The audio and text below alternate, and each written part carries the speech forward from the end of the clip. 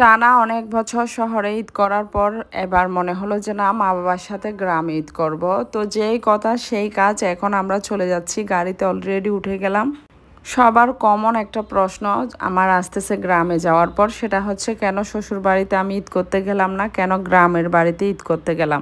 সেই দুঃখের কথা আর কি বলবো আপনাদের সাথে, অনেকবার শেয়ার করা হয়েছে, তারপরও নতুন নতুন যারা ভিউয়ার আমার অনেকেই জানেন না।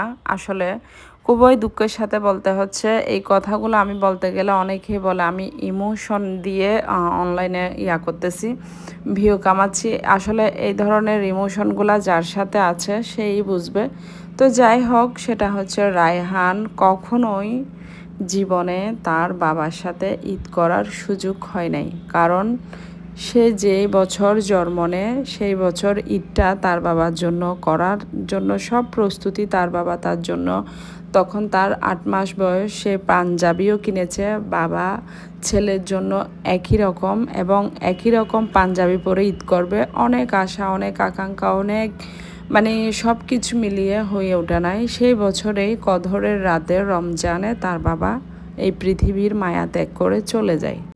এর পরের যে ইতিহাস বা পরের কাহিনী সব কিছুই তো আপনাদের সাথে কম বেশি আমি ভিডিওর মাধ্যমে শেয়ার করেছি যতটুকু পেরেছি। খুব বেশি আসলে এই কথাগুলো আমি বলতে চাই না, গেলে নিজের মধ্যে একটা আসলে অতীতের কষ্ট চলে আসে। তো যাই হোক, বাবার বাড়িতে খুব বেশি সময় রায়হান বেড়ে উঠেছে, আমার বাবার বাড়িতে। তার বাবার বাড়িতে তার হচ্ছে 4 কি 5 বছর, সেটা আমার বাড়ি আর তার বাড়ি আপ ডাউনের মাধ্যমে। একদম ফাইনালি তার দাদার বাড়িতে সেই থাকে নাই। তারও কিন্তু মায়াটা বেশি আমার বাবার বাড়িতে, কারণ আমার বাবার বাড়িতে তার নানার বাড়িতে সেই বেড়ে উঠেছে, এরপরেই সেই শহরে চলে আসে। আমার শ্বশুর বাড়ির মানুষগুলা এমন যে একটা নাতি তাদের সন্তানের সন্তান এতটা বছর কোথায় আছে, কি খাচ্ছে, কি পড়তেছে, একটা ঈদ বলেন, কোরবানি বলেন, কখনোই খোঁজ খবর নেয় না। অনেকেই বলবেন আপনি ওখানে থাকেন না তাই নেয় না। আসলে আমার জানা নাই কয়জন মেয়ে স্বামী থাকা সত্ত্বেও, স্বামীর ইনকাম ভালো হওয়া সত্ত্বেও শ্বশুর বাড়িতে ঠিকভাবে ভালো আছে। আর যেখানে স্বামী নেই পৃথিবীতেই, সেখানে আমি 4 থেকে 5 বছর ওখানে অবস্থান করেছি। সেই 4 থেকে 5 বছর আমার কতটা কাল হয়েছিল আমার জীবনে সেটা শুধু আমিই জানি, আর যারা স্বামী ছাড়া শ্বশুর বাড়িতে অবস্থান করে তারাই জানে। বাবার বাড়ি যে খুব বেশি তখন মধুর ছিল ব্যাপারটা ওরকমও না। বাবার বাড়ি শ্বশুর বাড়ি দুই জায়গা থেকেই বুক ভরা কষ্ট নিয়ে কিন্তু আমি শহরে আসি। যাই হোক, বাবার বাড়ির কথা নাই বললাম, কারণ খারাপ সময় দুঃসময়ে তো বাবার বাড়ির মানুষগুলোকেই পাশে পেয়েছি। মা বাবা বেঁচে আছে বলে এখনও পর্যন্ত বাবার বাড়িতে যাই।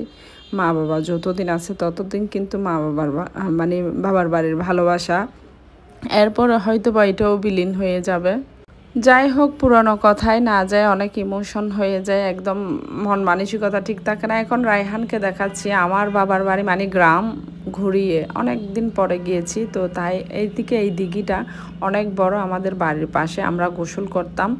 আর এটাতে রায়হান একবার পড়ে গিয়েছিল এবং এমনভাবে ফানি খেয়েছিল তাকে বাঁচানো যাবে না, ওরকম অবস্থা হয়ে গেছিলো। এরপর থেকে আমি কখনোই কোনো পুকুরে গোসল করি না, সেটা আজ পর্যন্ত। বাবার বাড়িতে থাকা অবস্থায়ও আমি টিউবওয়েলে গোসল করতাম, কিন্তু এখানে আসতাম না, কারণ আমার ছেলে একটাই, তো তার কিছু হওয়া তো আমি এই পৃথিবীতে আসলে না থাকাই।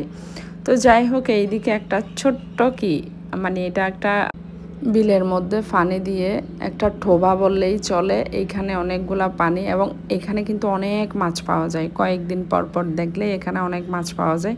তো গ্রামে যখন ছিলাম তখন তো করি নাই, এমন কোনো কাজ নাই।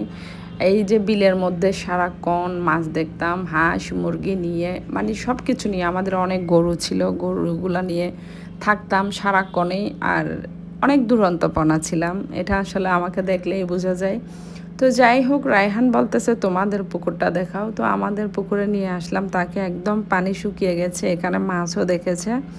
তো ভাবলাম যে এইবার আমরা মাছ দেখব, কিন্তু রায়হান তো নামবে না, সে সাঁতারও জানে না, যদিও পানি কম, এখানে সাঁতার জানার কোনো প্রয়োজন নেই, তারপরেও সে নামবে না, আমিও আর নামি নাই। তো এই হলো আমার বাবার বাড়িতে যাওয়ার ব্লগ আর কি। আসলে ওখানে এতটাই নেট প্রবলেম, কোনো ব্লগ আপনাদের সাথে শেয়ার করা হয় নাই। তো আমি একে একে করে সব কিছুই শেয়ার করব। শ্বশুর বাড়িতে কেন যাই না, বাবার বাড়িতে কেন যাই। তো মা বাবার জন্য দোয়া করবেন। আমার মা বাবা অসুস্থ, তারপর আলহামদুলিল্লাহ আমাদের জন্য বাঁচিয়ে রেখেছে আল্লাহ। তো এখানে আমি কচুর কতগুলা শাক আর কি উঠাইছি, খাবো।